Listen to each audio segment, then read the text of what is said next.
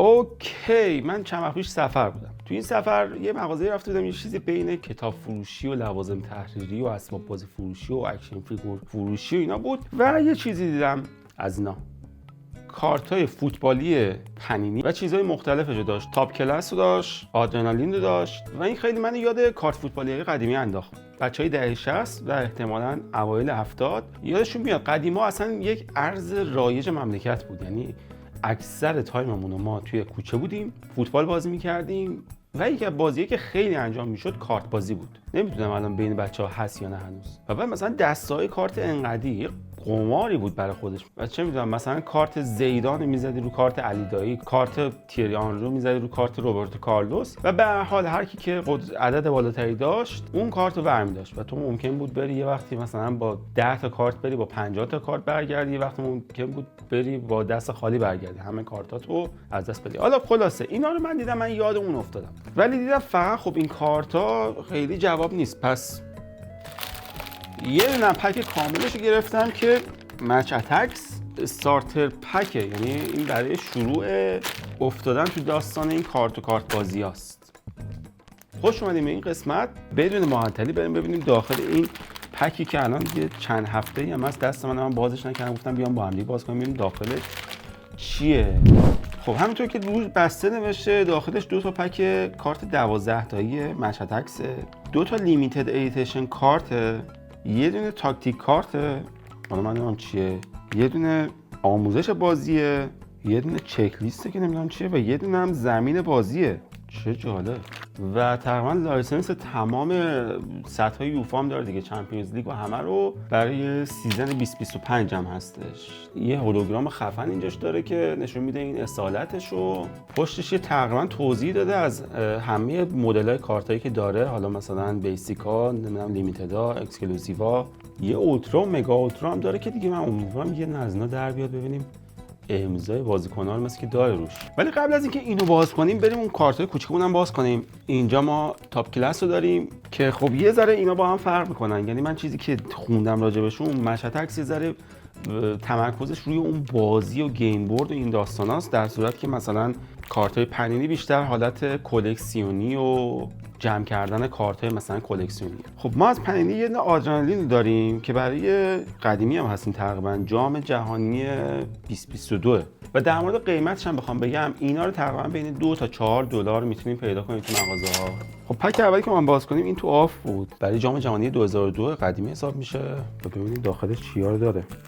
خب کارت اولی یه دونه دیجیتال پکه، یه دونه اکتیو کد هم داره که نمیدونم شما اگه به دردتون میخوره اسکن کنید ببینید چه جوریه. حالا من کارتایی که توش در اومده رو بهتون چند تاشو نشون میدم. مثلا تیم ملی اسپانیا ما هیرو رو داریم که پشتش هم امتیاز بندی ها رو داره، مارتینز آرژانتین. خیلی فقط روش این اطلاعاتش و اینا خیلی زیاده، یعنی من نمیدونم اینا رو چجوری باز میکنم. اون زمانی که اون کارتایی که من میگم حالا عکسش رو تصمیم میذارم انقدر المانای مختلف نداشت، نهایتا یه مثلا شوت بود و دفاع بود و خب حالا مثلا دروازه‌بان سنگال تاپ کیپر زده، یا مثلا اینا رو ببینیم که حالا دیگه فنس فیوریت داره و نمیدونم حالا بر چه اساسی، مثلا شهرانی عربستان هیروه، من نمیدونم داستانش چجوریه.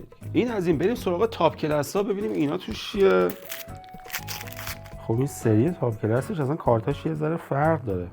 خب اینجا یه ذره کارتا، حالا مثلا ملی رینا رو داریم از تیم ملی آمریکا که پشت کارت هم به این شکله. بعد مثلا یه سری کارتای میکس داریم. الان مثلا اینجا این کارت میکس رو داریم که دمبله و اوپامکانو اگه اشتباه نکنم تیم ملی فرانسه که این میکس، میگم اینا یه ذره کلکسیونیه. یعنی مثلا اینجا این میکس منچستر سیتی رو داریم، تریپیر انگلیس رو داریم، یا مثلا این مکس پاور اینتر رو داریم که حالا میگم با این که اینا یه ذره کارت‌های کلکسیونی، ولی من احساس کنم اینا هم حالا نمیدونم قابلیت گیمو داره انگار.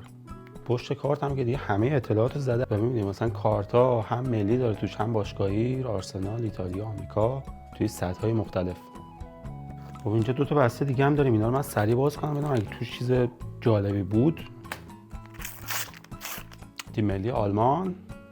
حالا مثلا اینجا 2 تا کارت داریم، یکی از هلند که بالا میگم مشخصا یه ذره تفاوت داره، هم چاپی هم ببینیم مثلا، یا مثلا این کارت رودریگو داریم که اصلا کلا روش وینر زده و از نظر ضخامت کارت و جنس چاپاش و اینا همه‌شون، یعنی نگاه کن حتی روی کارت هر کدومشون یه نوع هولوگرامای مختلف داره. اصلا کیفیت کارت مشخصه که چیز خوبیه. آلوارز منچستر سیتی یه دونه مستر کارت در اومد. من نمیدونم اینا اگه قیمت داره بچه‌ها باز برام تو کامنت بنویسین، نکنه پولدار بشم یه موقع. حتی فکر کنم این که بیسیک ترین حالت کارتشه، باز نگاه کنین روش یه چاپ پلاستیکی هم دوباره داره که خود لوگو اون حالت تاپ کلاس رو روش هک شده، تیم ملی فرانسه و من سیتی. دسته آخرش هم باز کنیم که بریم سراغ اون پک بزرگمون. خب از هریکین داریم اینجا کارتو، از مولر یه کارت وینر داریم، نمیدونم چه قدرت خاصی داره، خیلی چاپ باش خدایی و قشنگ. حالا یه ذره الان نگاه میکنم یه ذره اون حالت کلکسیونی رو میده قشنگ، اون حس اینکه این کارت مثلا اگه بمونه شاید 20 سال دیگه یه حالت ارزشمندی پیدا کنه اون کلکسیونی باشه. آره این حس رو میده. این هم یه سری کارت الکتریکی که باز نمیدونم، اگر شما میدونید تو کامنت برامون بنویسین که اینا چه فرق میکنه. از لواندوفسکی مستر کلاس کارت داره با بارسا و مثلا دوباره همون لواندوفسکی و هالند و اینا کارتای نرمالش هم هستش دیگه اینجا. خیلی خوب، تا الان یه عالمه کارت اینجا جمع شده. بریم سراغ پک اصلیمون. خب اول از همه یه آلبومه که خیلی خوشگله خودش. جالبش اینه هیچ نام و نشونی نداره ولی از نظر اندازه‌ای دقیقاً به اندازه کارت‌ها باید باشه. یکش امتحان کنیم. آره جالبش اینه که فرق هم نمی‌کنه که برای خود مشهد عکس باشه یا مثلا پنینی، همشون هم یه سایزو دارن. یعنی قشنگ یه آلبوم خیلی خوبیه که بشه همه رو قشنگ کلکسیون بازی کرد دیگه.